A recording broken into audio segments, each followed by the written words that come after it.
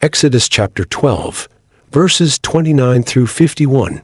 At midnight, the Lord struck down all the firstborn in the land of Egypt, from the firstborn of Pharaoh who sat on his throne, to the firstborn of the captive who was in the dungeon, and all the firstborn of the livestock.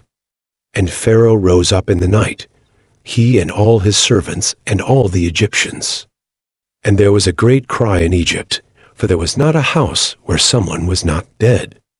Then he summoned Moses and Aaron by night and said, Up, go out from among my people, both you and the people of Israel, and go, serve the Lord, as you have said. Take your flocks and your herds, as you have said, and be gone, and bless me also. The Egyptians were urgent with the people to send them out of the land in haste. For they said, We shall all be dead.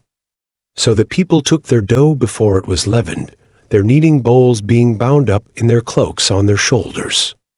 The people of Israel had also done as Moses told them, for they had asked the Egyptians for silver and gold jewelry and for clothing. And the Lord had given the people favor in the sight of the Egyptians, so that they let them have what they asked. Thus they plundered the Egyptians. And the people of Israel journeyed from Ramesses to Succoth, about 600,000 men on foot, besides women and children. A mixed multitude also went up with them, and very much livestock, both flocks and herds. And they baked unleavened cakes of the dough that they had brought out of Egypt, for it was not leavened, because they were thrust out of Egypt, and could not wait, nor had they prepared any provisions for themselves.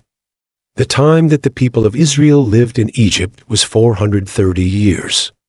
At the end of 430 years, on that very day, all the hosts of the Lord went out from the land of Egypt.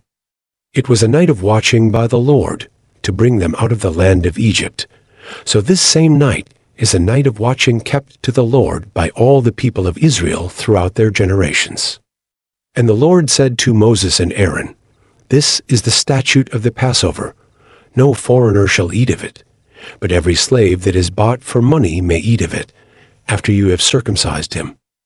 No foreigner or hired worker may eat of it. It shall be eaten in one house. You shall not take any of the flesh outside the house, and you shall not break any of its bones. All the congregation of Israel shall keep it. If a stranger shall sojourn with you, and would keep the Passover to the Lord, let all his males be circumcised. Then he may come near and keep it. He shall be as a native of the land. But no uncircumcised person shall eat of it. There shall be one law for the native and for the stranger who sojourns among you. All the people of Israel did just as the Lord commanded Moses and Aaron. And on that very day the Lord brought the people of Israel out of the land of Egypt by their hosts.